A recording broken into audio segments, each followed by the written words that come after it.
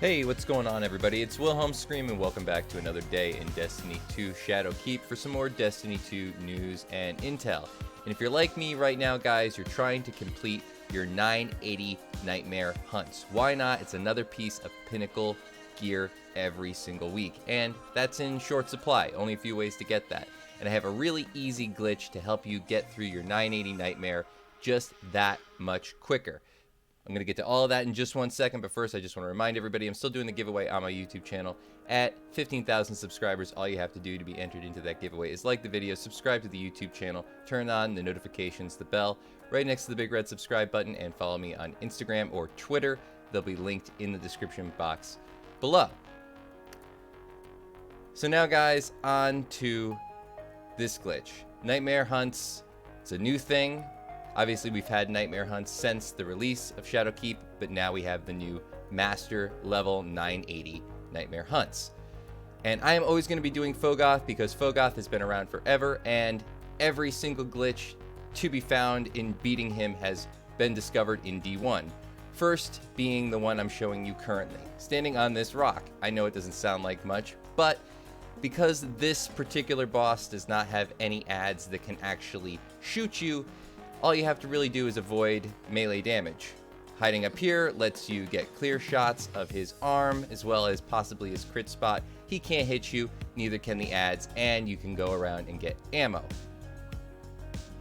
Downsides to this particular spot, it's a little precarious to get up on, and if you do get knocked off, it's sometimes just a womp gallery if you're not careful.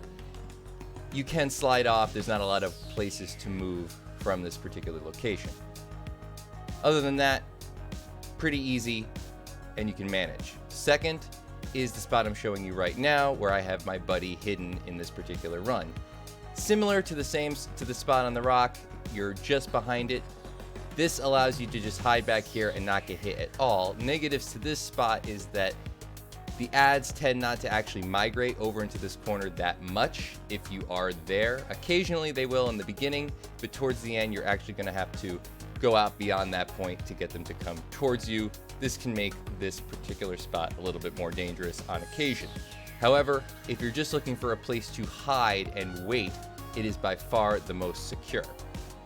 The third and final spot is the one you can see on the screen in front of you right now.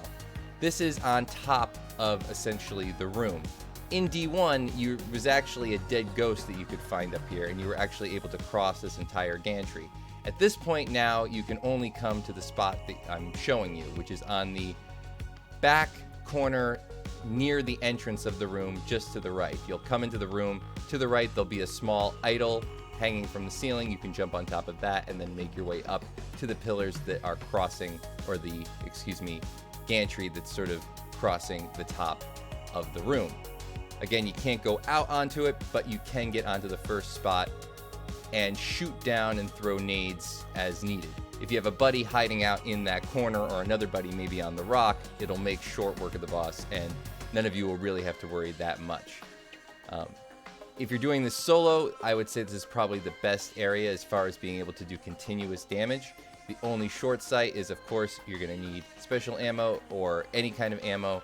Occasionally, I would maybe bring some range weapons, and you don't really get a good chance on a crit because his crit spot is, of course, slowly down beneath his belly, and it gets a little bit tighter even as he charges. So for that, not so great. But as far as just being able to hide and do damage, this is probably the best spot. Also, just kind of the coolest if you're asking me just generally.